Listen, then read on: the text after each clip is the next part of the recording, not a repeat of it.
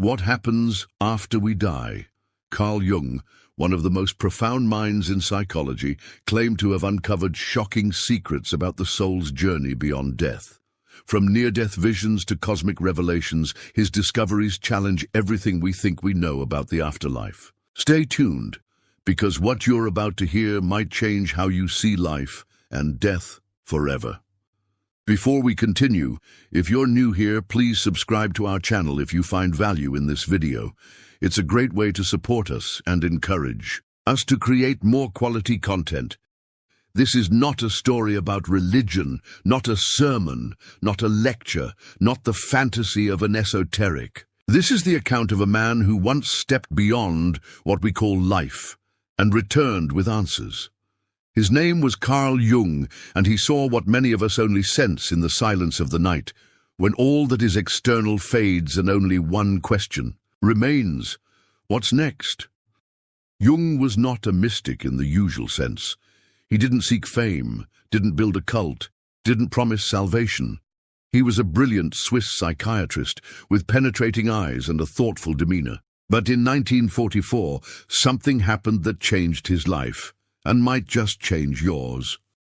It began with a heart attack. As Jung lay in his hospital bed, hovering between life and death, something extraordinary happened. His consciousness departed from his body, not as a fantasy, not as meditation, but for real. "I had the feeling that everything was being sloughed away," he later wrote. "Everything I aimed at or wished for or thought, the whole phantasmagoria of earthly existence, fell away or was stripped from me." He described floating above his body, seeing the room from above, observing the doctors working frantically below. And then everything changed. He found himself in a space with no ceiling, no floor, no walls. He called it the void of creation. There were no sounds, but he knew everything he needed to know. Thoughts didn't come as words, but as instant understanding. And within that void, there were others, beings, consciousnesses, souls.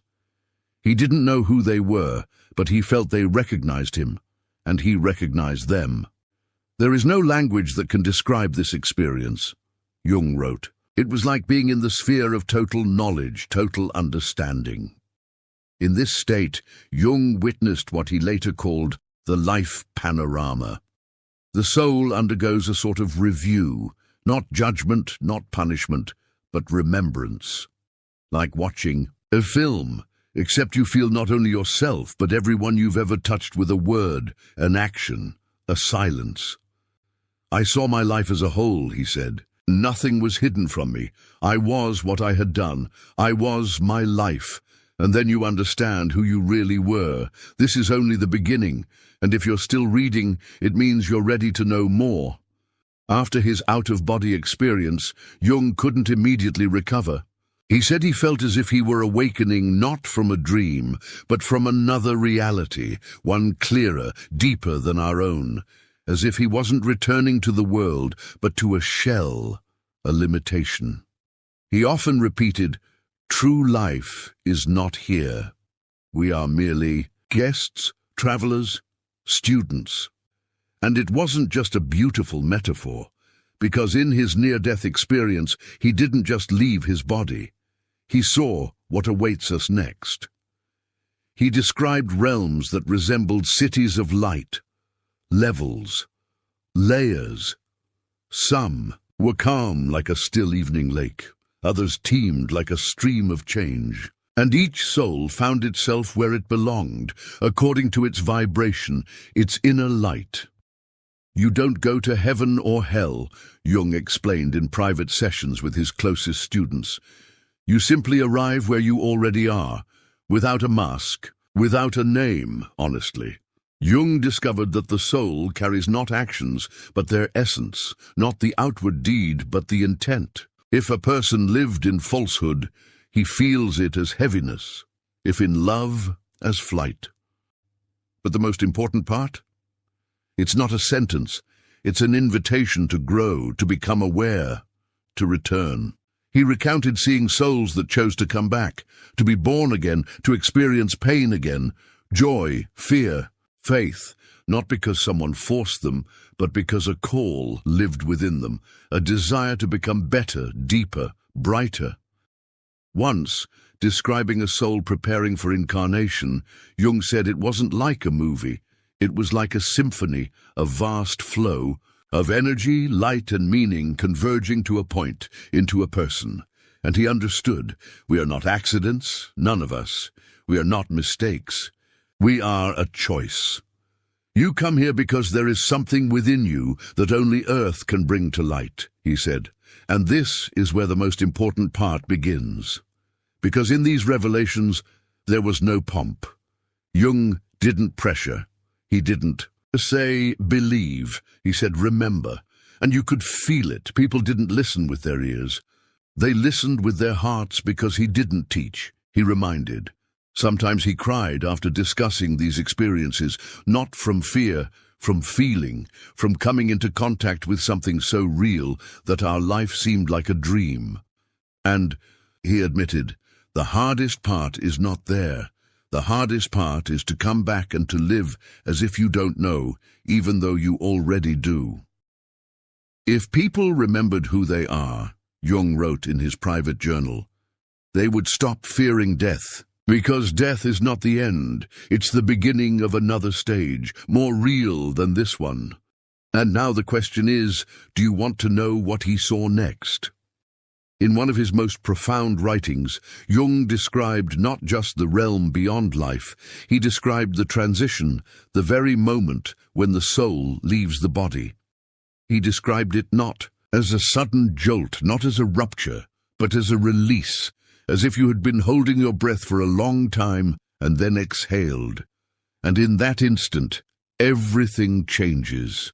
You are no longer in the body, but you still exist. You are aware. You feel. You perceive, only more purely, without filters, without pain. At first, you see yourself, your body, the people around you, he wrote. It all feels strangely distant, as if it's no longer yours. And then it's as if a light calls you, but not a bright one, a warm one. It doesn't blind. It calls with its peace. He said that the soul is met, not by angels and not by relatives, but by entities, beings that cannot be described in words because they have no form, but they have presence. You cannot see them, but you can feel them, like love that needs no proof. It simply is. It's a state of recognition, as if you are returning to a place you've always been. You just forgot. Jung said, the main thing is not just a meeting, it's a moment of truth. There is no judgment there, no punishment. They show your entire life like in the palm of a hand, but not the events, the feelings, what you felt, what others felt around you. Everything you ever sent into the world comes back to you so you can understand. And if you hurt someone, you will feel that pain, not as punishment but as a lesson, as realization. This is what the other felt. And if you loved someone, you will feel that again, magnified, pure, not distorted by words. It's not God asking you who you were, Jung said. It's you, without fear, without excuses, answering yourself. Did I become who I wanted to be? Sometimes, he said, souls refuse to go further. They get scared. They are attached to the world, to loved ones, to unfinished things, and they remain in between in a space he called the grey light.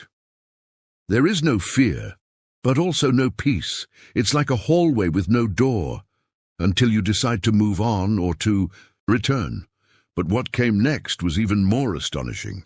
Jung described levels, places the soul goes, depending on what it had accumulated in life. Not wealth, not status, but light, the purity of intention, the ability to love, even when it hurts. And each of these levels is not a place, it's a state, a vibration. You don't ascend. You remember who you are, and by that you become it. And here his voice would become especially quiet, as if he wanted to say something that should not be spoken aloud. But still, he said it. He said that beyond those levels there is silence. But not an empty one. It's like the breath of the universe. There are no forms, no names, no memory of who you were. There is only essence, only the soul in its original light. I cannot describe it in words, Jung confessed to his closest pupils. It's like returning to the source of everything, to a place where you and the collective unconscious are not two but one.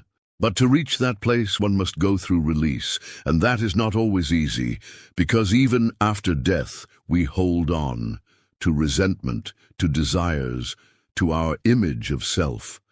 And each such anchor is like a weight that keeps the soul from rising.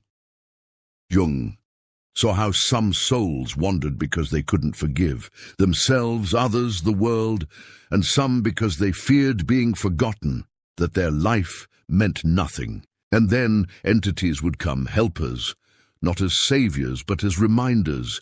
You are more than you think, and you are not alone.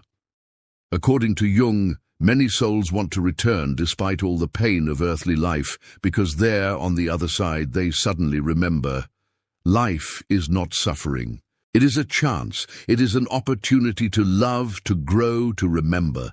The soul doesn't return to suffer. It returns to become itself. He saw how souls choose future lives. They choose their parents, their country, their time, even their challenges. Not as victims, but as planners, as actors in a cosmic drama of self-discovery. And this was Jung's greatest revelation. We are not random. Our pain is not random. Our meetings are not random. Everything that happens to us reflects what we came with, what we wanted to face, what we wanted to remember. You are not a body seeking meaning, he said. You are meaning that came into a body. Sometimes Jung spoke in riddles, as if he couldn't reveal everything, as if he knew not everyone was ready. But in those phrases there was something that struck a chord. The truth is not in what happens after death, but in what you do while you're alive. There is no death, only a change of rooms. The hardest part is not dying. The hardest part is being yourself. And then it began to seem that he had seen not just the afterlife, but a map of the soul, with roads, with crossroads, with places where we forget ourselves and places where we finally remember. One day Jung said, "The greatest pain of the soul is not the loss of the body. It is the forgetting of its nature." He claimed that most people live as if in a dream, because they are afraid of what they'll see when they wake up. But waking up, that is the real purpose of incarnation. He wasn't interested in religions, dogmas, or sects. He spoke of something simple. Be the light, even if you are in the dark. Jung claimed the soul is never lost. Even if we die in fear, even if we're confused, we are still found. The light always finds its spark, because every person is not an accident, but a calling. An answer to some ancient prayer. In one of his last writings, Jung said, "I saw a soul returning to the light, and it cried, not from pain but from recognition, from realizing how deeply it had underestimated itself in life, and how deeply it had been loved all along." Jung said that each of us has an invitation, a moment when reality seems to crack and light breaks through the gap. And all that is required of us is not to run, but to stop and say, "I hear." And if you've read to the end, maybe this is your moment. Not a coincidence, not just words on a screen, a sign that you are already on your way home. If you felt something inside while reading these lines, even if barely, don't leave it unanswered, because somewhere inside us, all of this is already known. Somewhere within us resonates what Jung called the voice of the soul. Share this with someone who may have also forgotten and is now ready to remember. See you where words end and the real begins. Thank you so much for staying with me through this exploration. If you found value in today's discussion, don't forget to subscribe to the channel if you haven't. See you on the next one.